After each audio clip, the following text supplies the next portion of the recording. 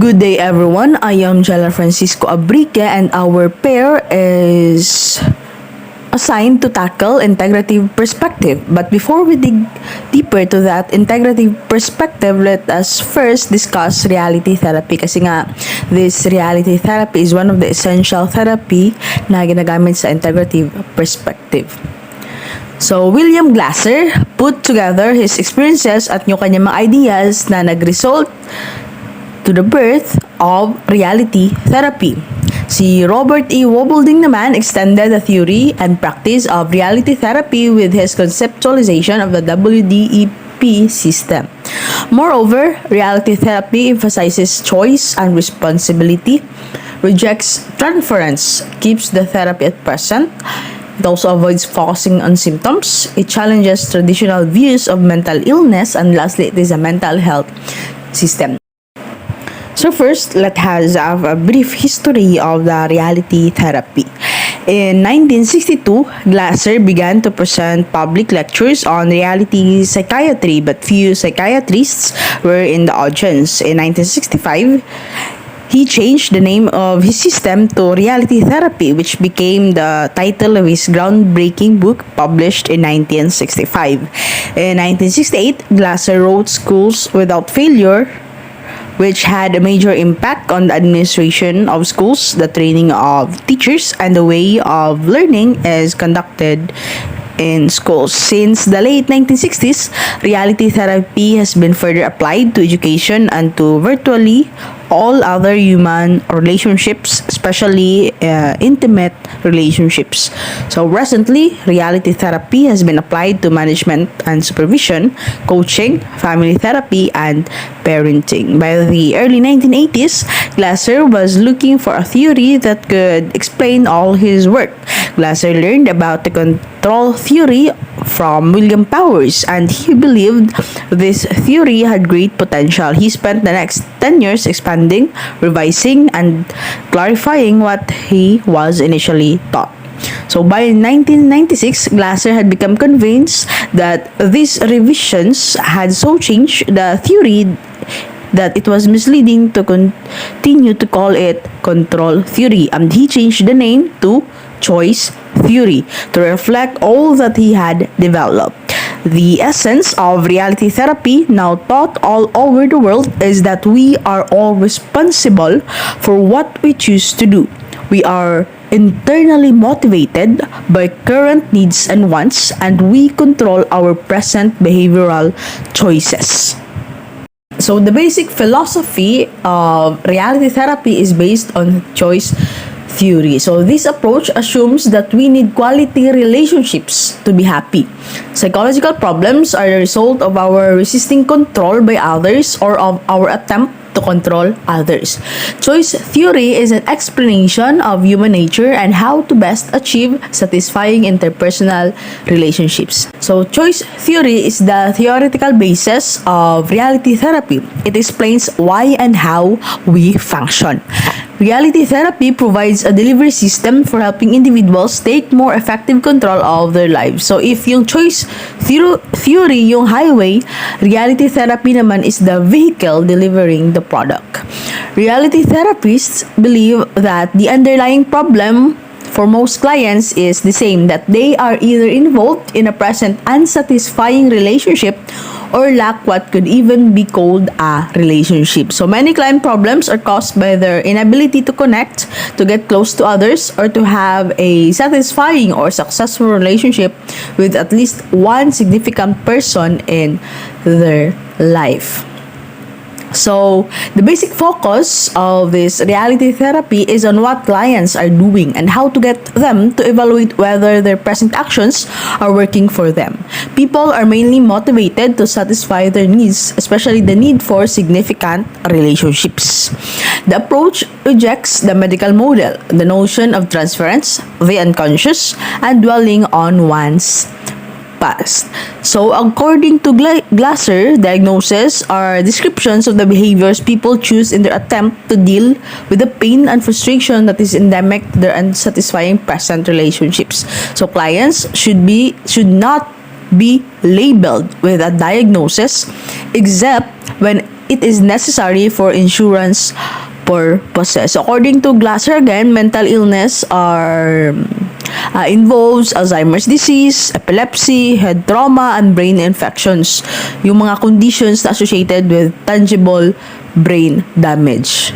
So basically, the goal of reality therapy is to help people become more effective in meeting all of their psychological needs, to enable clients to get reconnected with the people they have chosen to put into their quality worlds, and teach clients choice theory. So ano nga ba itong quality world? So this quality world is our file of wants. It is at the core of our life. Kumbaga ito yung personal Shangri-La natin, the world we would like to live in if we could, and it is based on our wants and needs. So it is consist of specific images of people, activities, events, beliefs, possession, and situations that fulfill our needs. So we develop an inner picture or picture album of specific wants as we precise ways to satisfy this one. So some pictures in our quality world may be blurred, and the therapist's role is to help the client clarify them. So people we are closest to and most enjoy being with are the most important component of our quality world. So those people who enter therapy may have no one in their quality world, or more often may have someone in their quality world whom they are unable to relate to in a satisfying way.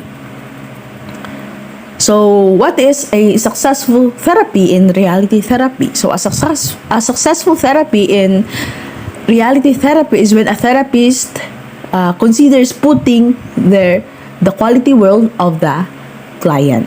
Choice theory posits that we are not born blank slates waiting to be externally motivated by forces in the world around us. Rather, we are born with 5 genetically encoded needs that drive us all of our lives. These are survival or self-preservation, love and belonging, power or inner control, freedom or independence, and fun or enjoyment. So each of us has all 5 needs, but they vary in strength. So choice theory is based on the premise that because we are by nature social creatures, we need to both receive and give love. So Glasser believes that the need to love and to belong is the primary need because we need people to satisfy the other needs.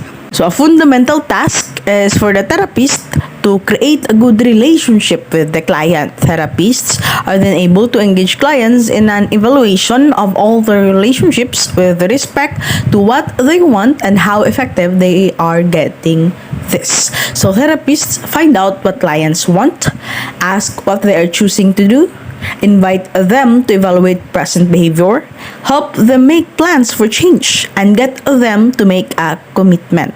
So the therapist is a client's advocate as long as the client is willing to attempt to behave responsibly. So grounded in choice theory, the WDEP system of building assists people in satisfying their basic needs. So each of the letters refers to a cluster of strategies. W for the wants, needs, and perceptions, D for the direction and doing, E for self-evaluation, and P for planning. So the reality therapy is an active, directive, and didactic therapy. Skillful questioning is a central technique used for the duration of the therapy process. So various techniques may be used to get clients to evaluate what they are presently doing to see if they are willing to change. So if clients decide that their present behavior is not effective, they develop a specific plan for change and make a commitment to follow through. For its application, so reality therapy is geared to teach people ways of using choice theory in everyday living to increase effective behaviors.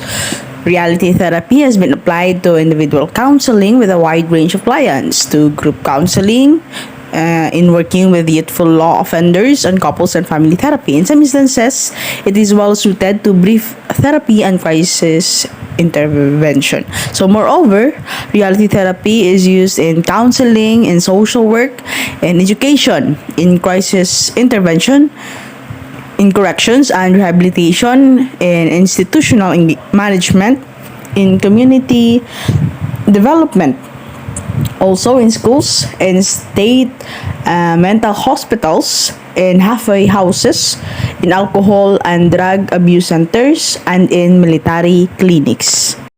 Reality therapy has 5 characteristics. First, it emphasizes choice and responsibility. Reality therapists see clients as being responsible for their own choices, as they have more control of their behavior than they often believe. As clients begin to feel good about themselves, it is less necessary for them to continue to choose ineffective and self-destructive behaviors. Second, it rejects transference. Glasser contends that transference is a way that both therapist and client avoid being who they are and owning what they are doing right now. Third, it keeps the therapy in present. Glasser contends that whatever mistakes were made in the past are not pertinent now. An axiom of choice theory is that the past may have contributed to a current problem, but that the past is never the problem. To function effectively, people need to live and plan in the present and take steps to create a better future. We can only satisfy our needs in the present. The reality therapist does not totally reject the past. If the client wants to talk about the past, successes, or good relationships in the past, the therapist will listen because this may be repeated in the present. Wobbelding states that history is not destiny. Although the past has propelled us to the present, past does not have to determine our future. We are free to make choices, even though our external world limits our choices. Fourth, it avoids focusing on symptoms.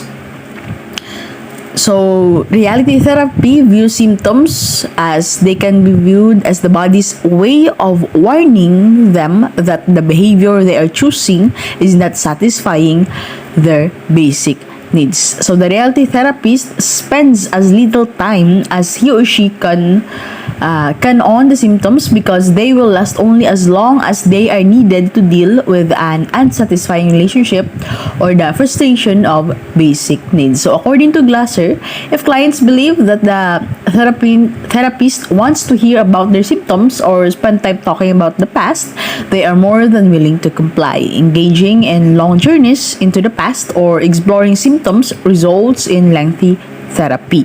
Glasser maintains that almost all symptoms are caused by a present unhappy relationship. By focusing on present problems, especially interpersonal concerns, therapy can generally be shortened considerably. Fifth, challenge traditional views of mental health. Choice theory rejects the traditional notion that people with problematic physical and psychological symptoms are mentally ill. Wobbelding emphasizes that reality therapy is a mental health system rather than a remediating system. He incorporates the Ericksonian principle that people don't have problems. They have solutions that have not worked. By reframing diagnostic categories and negative behaviors, the counselor helps clients perceive their behaviors in a very different light, which facilitates the search for more effective solutions and choices.